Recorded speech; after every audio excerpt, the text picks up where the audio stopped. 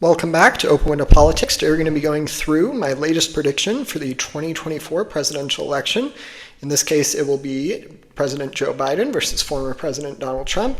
I've already characterized all the safe, likely, and lean states, so we will now just go to the toss-up states that are going to be competitive in this election. So this is after the first presidential debate. Trump had a strong performance at the debate. Biden did not look great in the eyes of the American public during much of the debate. Things weren't going so well for him. So I do think that things are looking better for the Trump campaign after that debate. After that debate, many Democrats are calling for Biden to even resign and for a different candidate to step forward. I don't see that as a likely situation at the moment, but it is certainly a possibility the Democrats are thinking about. I think it would, I'm not sure if it would be in their electoral advantage at the moment, but right now we'll just do a prediction of Joe Biden versus Donald Trump. And in the unlikely situation something changes, this is just going to be the current situation for Joe Biden versus Donald Trump. So we will get started on the West Coast and then just move eastward. So in the state of Nevada, I see the state looking pretty good for the Trump campaign. He's up in the polls by a pretty decent margin, so I'm going to add a tilt characterization in case we need it. But as of now, I think that the state of Nevada would go to the Republican Party. And then we will go to the state of Arizona. In Arizona, I see a similar trend happening. I'd maybe even be willing to characterize it as lean. I think it will, well, no, for right now, we'll just go with tilt. I think Arizona, weirdly enough, is probably going to be closer than the state of Nevada, even though Nevada is generally regarded as more of a Democratic state. But I think that is likely the result of a variety of factors, but we'll have to see what ends up happening.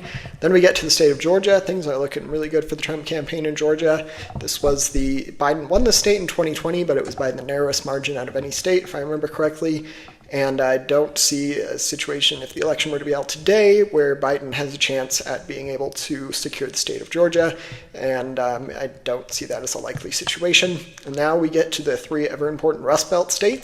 If Biden is able to win all of these, he can win the election, but Trump only needs to get one of them.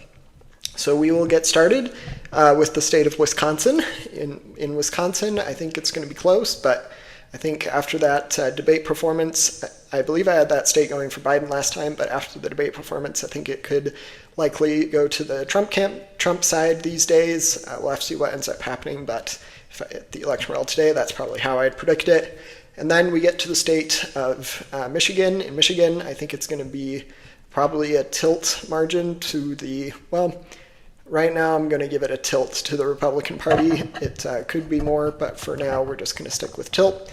And then we get to the state of Pennsylvania. In Pennsylvania, things are, Biden is looking better in the Rust Belt than he is in the Sun Belt, that being the states of Nevada, Arizona, Georgia, and North Carolina.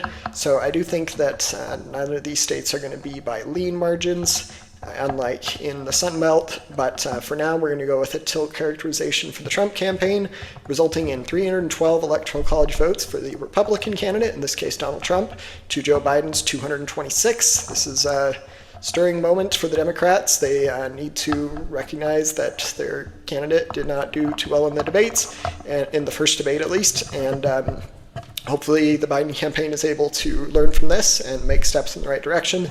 But the Trump campaign is really capitalizing on this, and his debate performance is certainly helping him in the polls. There haven't been too many polls released post-debate, so we'll have to see what ends up happening in regards to updated polling, but my guess is that it's going to look a little bit better for the Trump campaign. Feel free to let me know if you have any questions about my prediction, and make sure to like and subscribe. Thanks. Bye.